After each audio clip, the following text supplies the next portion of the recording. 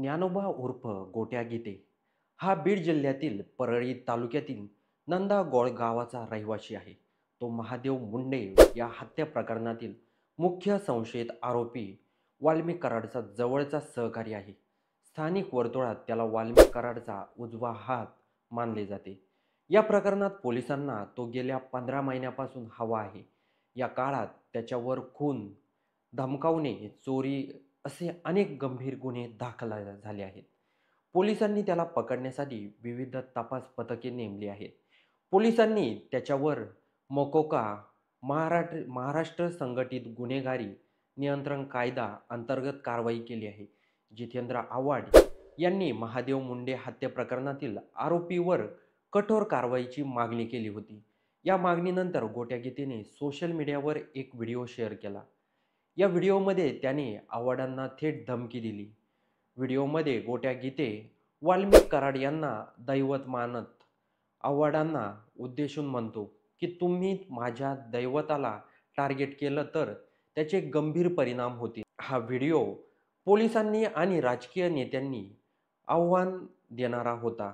आणखी एक व्हिडिओमध्ये गोट्या गीते रेल्वे रुळावर बसून आत्महत्येचा प्रयत्न करताना दिसतो. तो हे कृत्य करण्यासाठी जितेंद्र आव्हाड यांना जबाबदार धरेल असं म्हणतो. अशा प्रकारे तो पोलिसांपासून पळून असूनही आव्हाडावर मानसिक दबाव आणण्याचा प्रयत्न करत आहे. प्रश्नचिन्ह निर्माण करणारी स्थिती.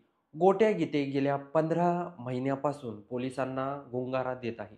विशेष म्हणजे तो फरार असूनही सतत सोशल मीडियावर व्हिडिओ पोस्ट करून पोलिसांना, राजकीय नेत्यांना थेट आव्हान देत आहे. अनेक व्हिडिओमध्ये तो परळी तालुक्यातील मोकळ्या रस्त्यावर फिरताना किंवा लोकांमध्ये असताना दिसतो.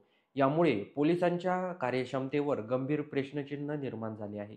राष्ट्रवादी काँग्रेसचे शरद पवार गट आमदार रोहित पवार यांनी या घटनेवर तीव्र प्रतिक्रिया दिली आहे. त्यांनी प्रश्न विचारला आहे की एका फरार गुंडात इतकी हिंमत कुठून येते? 15 महिन्यापासून फरार असलेला आरोपी उघडपणे धमक्या देत असेल तर गृह विभाग काय करत आहे? जितेंद्र आव्हाड यांनी या धमक्यांना घाबरणार नसल्याचं स्पष्ट केलं आहे.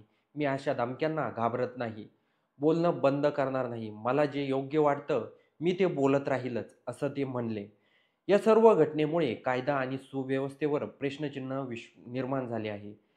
या सर्व प्रकरणाची गंभीर दखल पोलिसांनी आता गोट्या गीतेचं कसून शोध सुरू केला आहे. त्याच्या social media activity, location trace करून त्याला पकडण्याचा प्रयत्न सुरू आहेत. पण तोपर्यंत तो सोशल मीडियाच्या माध्यमातून सतत आपली उपस्थिती दर्शवत आहे, ज्यामुळे पोलिसांसमोर एक मोठं आव्हान उभे राहिलं आहे. या संपूर्ण प्रकरणाबद्दल तुमचं काही मत असेल तर होऊ द्या चर्चा चॅनलच्या कमेंट बॉक्समध्ये नक्की कळवा. आणि व्हिडिओ आवडला असेल तर सर्वात आधी चॅनलला सबस्क्राईब नक्की करा.